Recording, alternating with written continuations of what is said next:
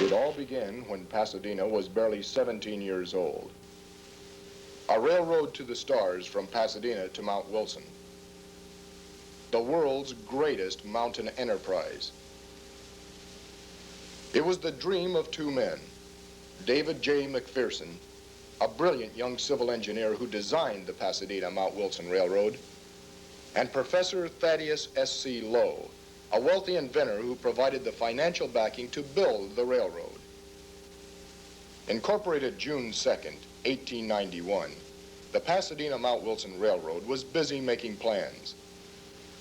It was to be a combination of beautiful mountain hotels and glens and a scenic railroad operated entirely by electricity, the first of its kind in the world. Like all great enterprises, however, the railroad was not without setbacks. To Lowe and McPherson's dismay, they soon learned that the Pasadena-Mount Wilson Railroad existed on paper only, for they were unable to gain any concessions from the owners of the property leading to Mount Wilson. Undaunted, they conducted another survey. A close examination of McPherson's original map to Mount Wilson showed the right-of-way passing through a place called Rubio Canyon. 1,300 feet above Rubio Canyon lay Echo Mountain, which would provide a breathtaking setting for a mountain hotel. A new objective had been found, Echo Mountain, 3,500 feet above the sea. The first leg of the trip from Mountain Junction in Altadena to Rubio Canyon would be a standard electric trolley route. Rubio Canyon would provide a beautiful setting for a hotel and entertainment pavilion built between the walls of the canyon. From Rubio to Echo Mountain, passengers would be carried up the great incline by cable cars. Upon reaching the summit of Echo Mountain, 3,500 feet above sea level, guests would lodge at the spacious Echo Mountain House, which provided a magnificent view of Southern California. In December 1891, Professor Lowe drove the first stake marking the beginning of construction. The starting point for this unique railroad was called Mountain Junction in Altadena, just north of the city of Pasadena. The setting was the beautiful high mesa and mountains above Altadena, and they looked deceptively inviting. In reality, the task was Herculean. 3 separate operations were underway simultaneously. The roadbed to Rubio, including the hotel and pavilion, the great incline, and construction of the Echo Mountain House and the smaller chalet atop Echo Mountain. Most of the roadbed into Rubio Canyon had to be blasted out from perpendicular cliffs. In several sections, rock drilling crews hung suspended by ropes down the face of the cliffs in order to obtain a foothold for the railway. At some points, poles for the trolley wires would have to be set in solid rock. Owing to the steep and difficult terrain, most of the grading and filling necessary was done by hand, a back-breaking task that was to take over a year to complete. During one of his many visits to the construction site, Lowe made a trip with friends to a mountain peak west of Mount Wilson. Upon learning that the summit had no other name than Oak Mountain, his friends promptly renamed it Mount Lowe in honor of the developer. After the roadbed was completed to the foot of the incline at Rubio Canyon, rails were laid and flatbed cars pulled by horses were now able to bring in larger quantities of supplies. Grading on the incline had been completed, and the men could now begin laying ties, starting at the base of the incline and working up. Before track could be laid, however, a 40-foot chasm had to be bridged. The inventive McPherson was equal to the task, designing a 200-foot-long trestle with the upper portion of the bridge being 114 feet higher than the lower portion. It was appropriately named the McPherson Trestle. When permanent rails were in place, temporary rollers were installed and a rope let down from the top of Echo Mountain to the base of the incline some 3,000 feet away. It was securely attached to a 3,000-pound construction cable, which was then pulled to the top with the windlass powered by 8 horses. The cable may be seen in the lower left corner. It took over 2 hours to haul the cable to the top.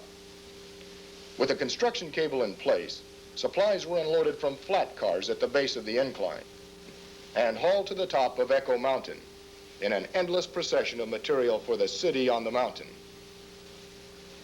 When the supplies crossed McPherson Trestle, they were traversing some of the most rugged terrain in the Sierra Madre mountain range. The small construction camp at Echo Mountain began to grow, moving from a tent kitchen operation to its first permanent building. Although it would not be ready for opening day, work was being rushed on Echo Mountain House, the larger of the 2 hotels on the mountain. It was the apple of Professor Lowe's eye, and he planned to make it the showplace of Southern California. The smaller hotel, the Chalet, was located on the eastern bluff overlooking Rubio Canyon and would definitely be ready for opening day. Perhaps the most poignant episode in the history of the Mount Lowe Railroad is that of Elmarian William Decker, the remarkable engineer from the Edison Company, who designed and supervised the installation of the electrical system of the mountain railroad. Decker, shown in front to the left of Professor Lowe, fought a lifelong losing battle with tuberculosis. He was so dedicated to the success of the electrical system for the railroad that nearly every day he was carried in a cot to the base of Rubio Canyon where he could supervise the installation of the electrical equipment. Decker's dedication to the railroad cost him his life, for he died at the age of 41, less than a month after the opening of the line. In the beginning, electrical power was supplied by a combination of generating stations at Altadena Junction, Rubio Canyon, and Echo Mountain. In 1899, however, the Edison Company, predecessor to the Southern California Edison Company, provided all the electricity necessary to operate the railroad from a steam generating plant in Los Angeles and a motor generator set in Edison's Altadena substation. The incline mechanism was the invention of Andrew Holliday, who engineered the cable railway over the hills of San Francisco. 2 cable cars were attached to opposite ends of an endless cable. While one car was pulled to the top of the incline, the other car would descend to the base of the incline at Rubio Canyon. The cable itself was 1.5 inches in diameter, made from the finest steel available. The huge bull wheel around which the cable revolved was 9 feet in diameter with 72 automatic grips arranged so that 45 of them were gripping at the same time. When the cable reached the bull wheel, it was reduced to 13 revolutions a minute. A year and 7 months, 2.5 miles of electric railway from Altadena to Rubio Canyon, 3,000 feet of cable incline railway over a 62% grade from Rubio to Echo Mountain, hand-carved by men, mules, picks, shovels, and dynamite. Their construction job, the most challenging in the world, was completed. By June 21st, 1893, both the trolley line and the incline had been successfully tested with electrical power. The first passenger cars were ingeniously converted from flatbed work cars by the addition of benches and a canopy. July 4th, 1893, the opening of the Mount Lowe Railroad. At Mountain Junction, crowds were waiting in line to ride the first trolley cars to a place called Rubio Canyon. Over 400 people paid $5 each for a round-trip ticket on opening day. As they left familiar surroundings, the passengers were thrilled to find the tracks curving gently into the natural beauty of the canyon. Greater still was their delight to find a magnificent hotel and entertainment pavilion dropped, as if by magic, between the walls of Rubio Canyon. For most, it was a pine-scented fairyland. The dining room beneath the upper pavilion was some 35 feet by 110 feet in size. Guests could view the splendor of Rubio Canyon while enjoying fresh-grown fruits and flowers at each table.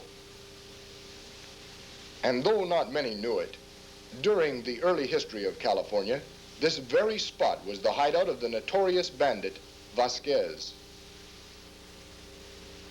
Trails, bridges, and stairs took visitors over and around sparkling streams, to fern glens and cameo pools.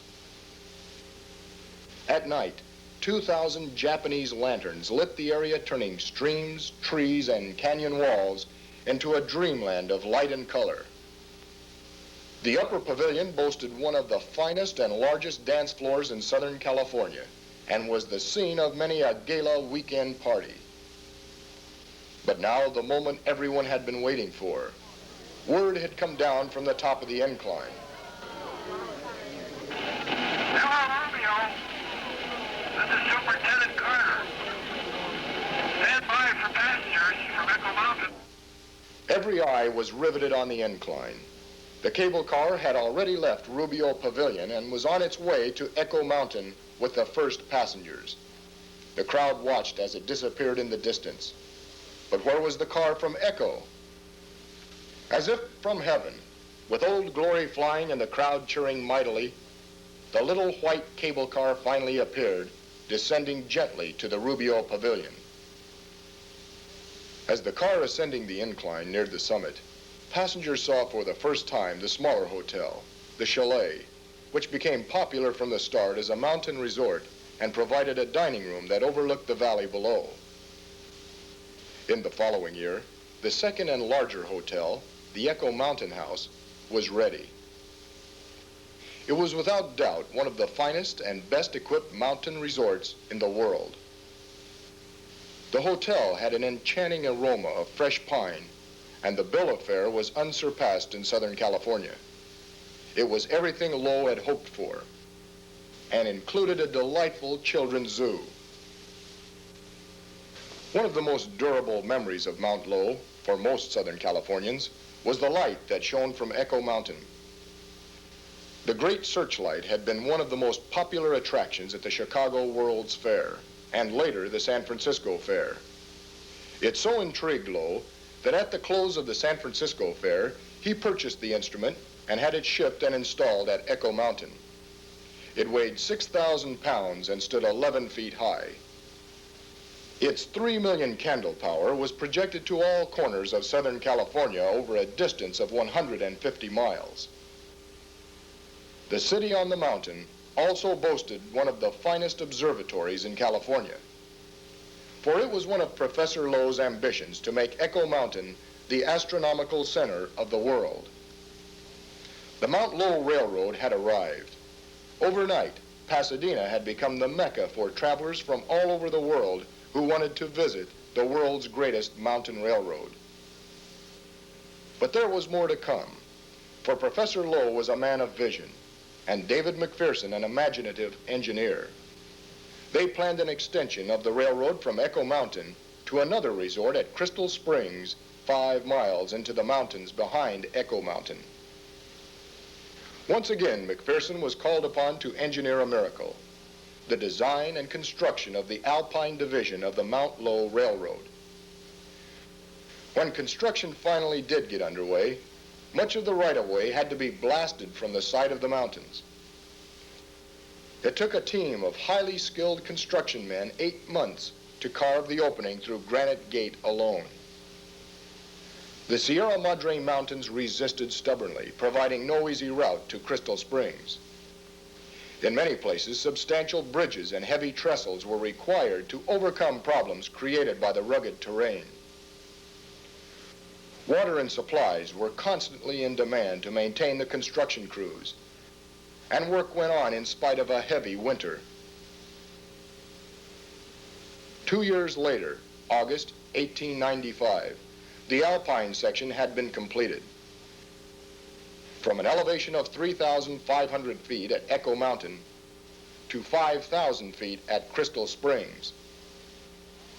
5 miles of steel, 127 curves, and 18 bridges, the most daring of which was Circular Bridge, 500 feet in length. The upper end was 20 feet higher than the lower, and seemed to go right into space before returning to the mountains. It was one of the most spectacular viewpoints of the entire trip.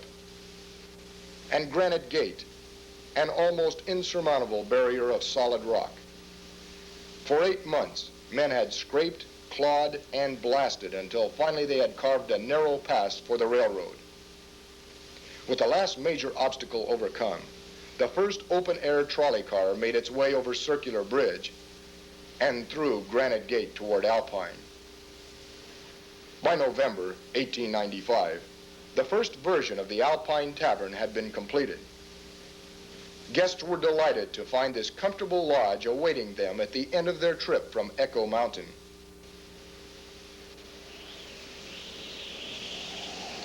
Unfortunately, the financial depression of 1896 began to take its toll.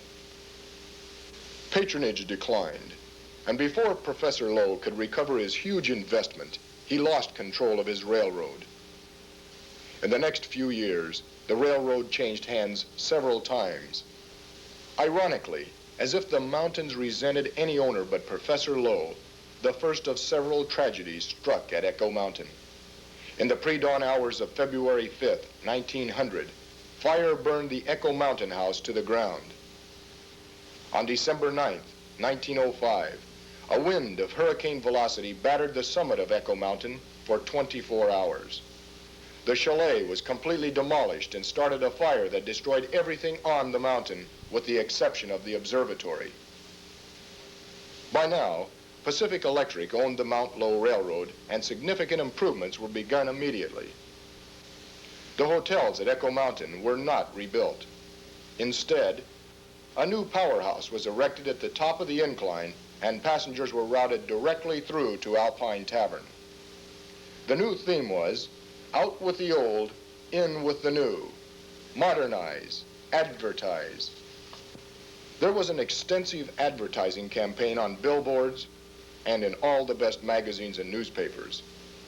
The world's greatest mountain trip, $2.50 round trip. From Pasadena, $2 round trip. All you needed was a ticket. Business improved immediately, and the big red cars began to bring people from every corner of Southern California. At the base of the incline, every eye turned toward the summit as they waited for the cable car that would lift them to the clouds. What was it like to ascend the great incline? Let's join some early motion picture cameramen as they record the trip. Ladies and gentlemen, may I call your attention to the incline mechanism. Each car is attached to a 1.5-inch endless cable of the very finest steel, tested to a strength of 100 tons. As an extra safeguard, you'll observe a third cable, which works through an automatic punch beneath the car. Although the incline will change grade from 62% to 48%, each car is arranged to keep the passengers level at all times. We are now approaching the McPherson Trestle, spanning one of the canyons of the Sierra Madre Mountains.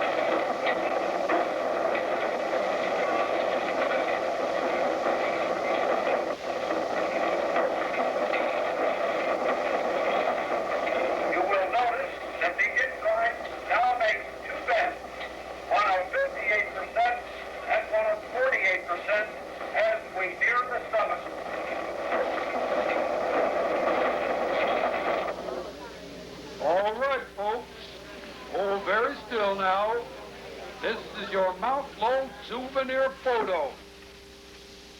We'll probably never know how many thousands had a souvenir photo taken at the top of the incline. Maybe the old sign knows.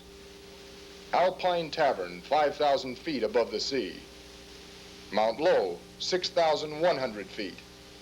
Echo Mountain, 3,500 feet above the sea. Not everyone took the trip lightly, however. All aboard for Alpine Tavern. All aboard, please.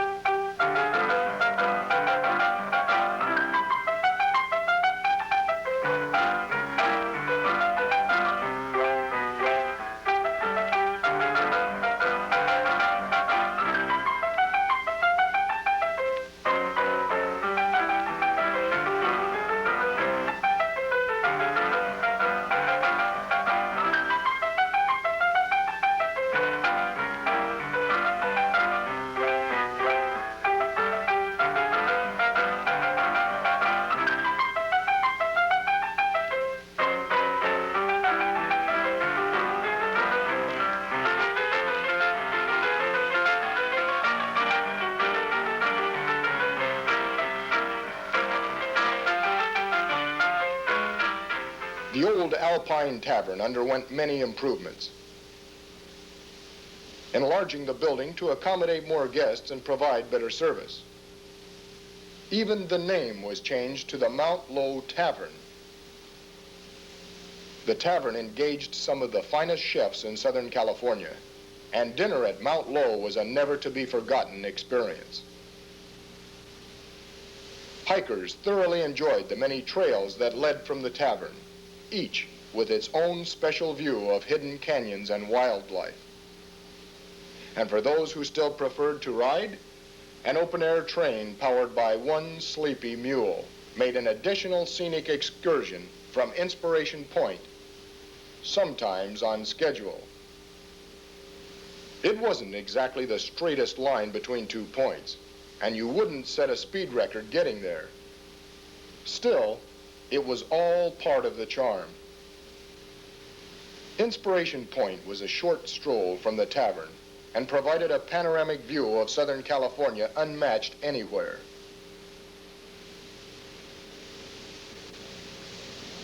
At night, it was a dazzling spectacle of lights from Pasadena to Catalina Island.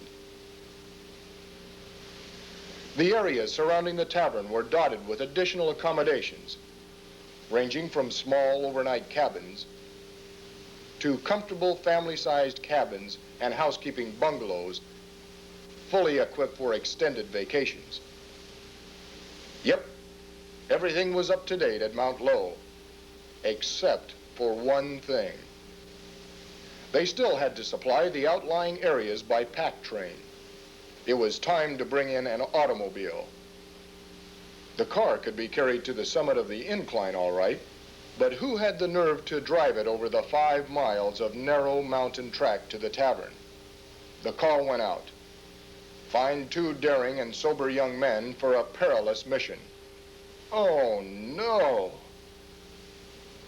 2 men were finally found, and the breathtaking trip to the Tavern was successfully completed with the delivery of a sparkling new 1915 Metz Roadster.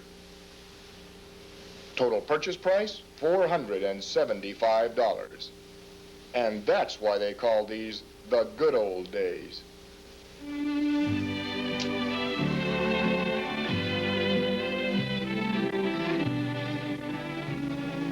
Professor Lowe was gone, and finally so were his beautiful hotels and observatory at Echo Mountain, the pavilion and waterfalls at Rubio Canyon, and in the end, the Mount Lowe Tavern itself, victims of fire, wind, and storms.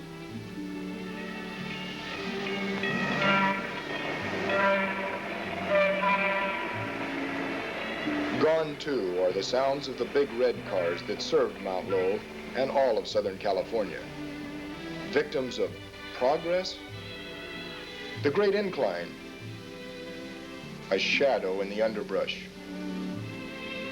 The incline mechanism and bull wheel that once pulled the cable cars were located in the powerhouse at the top of the incline. Today, the giant wheel is the last surviving piece of the Mount Lowe Railroad, marking the spot where the powerhouse once stood.